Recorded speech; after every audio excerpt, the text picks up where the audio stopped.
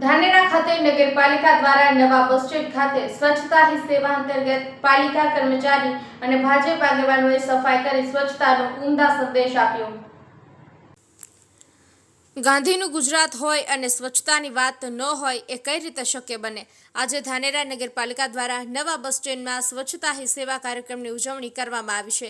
1 કલાક મહાશ્રમદાન કરી bus stand પાસે સફાઈ કરવામાં આવી હતી, જેમાં પાલિકાના કર્મચારીઓ ભાજપ આગેવાનની સાથે સફાઈ કર્મચારીઓ જોડાયા હતા।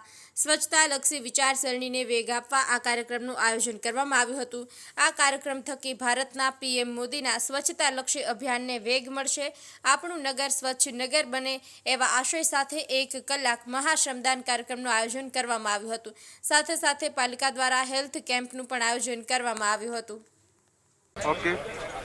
આદરણીય નરેન્દ્રભાઈ મોદી સાહેબના જન્મના 15 દિવસ સેવા પખવાડિયાનો કાર્યક્રમ જ્યારે આખા દેશની અંદર ચાલી રહ્યો છે, ત્યારે ભારતીય જનતા પાર્ટી વતી 15 દિવસ સેવાકીય કાર્ય, ક્યાંક સ્વચ્છતા, ક્યાંક બ્લડ ડોનેશન, એ તમામ કાર્યક્રમો કર્યા છે। એ કાર્યક્રમના અનુસંધાને આજ ધાનેરા મુકામે સ્વચ્છતાનો કાર્યક્રમ અહીંયા રાખેલ છે।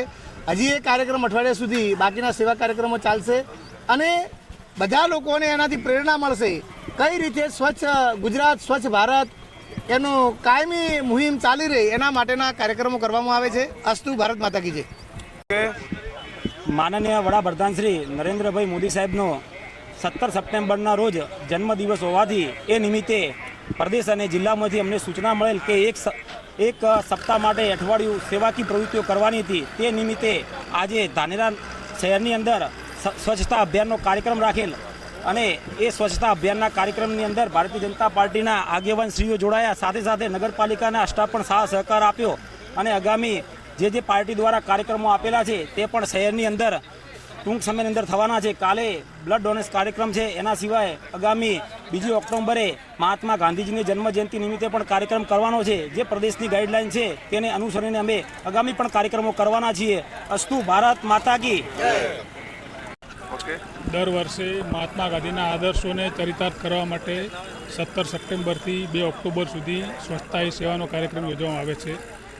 ભારતના સ્વચ્છતા માટેના સૌથી મોટા એમ્બેસેડર એવા મહાત્મા ગાંધીના સ્વચ્છતાના ચરિતાર્થોને સિદ્ધ કરવા માટે અને લોકોમાં સ્વચ્છતા બાબતે જાગૃતિ થાય, લોકોની દ્રષ્ટિ કેળવાય કે સ્વચ્છતા બાબતે એવો સભાન બને। આજે જે પ્રોગ્રામ છે એ તો સિમ્બોલિક પ્રોગ્રામ છે, 1 કલાકનો શ્રમદાન, પરંતુ આનાથી લોકોમાં એવો મેસેજ જશે કે સ્વચ્છતા બાબતે પોતાનામાં જાગૃતિ આવે, લોકો જાહેરમાં કચરો ના નાખે, કચરો નાખતા હોય તો પોતાને ખચકાટ થાય, એવા આશયથી સરકારે 15 દિવસનો પ્રોગ્રામ ઘડેલો છે। એના માટે છેલ્લો દિવસ 2 ઓક્ટોબર એટલે મહાત્મા ગાંધીનો જન્મદિવસ છે।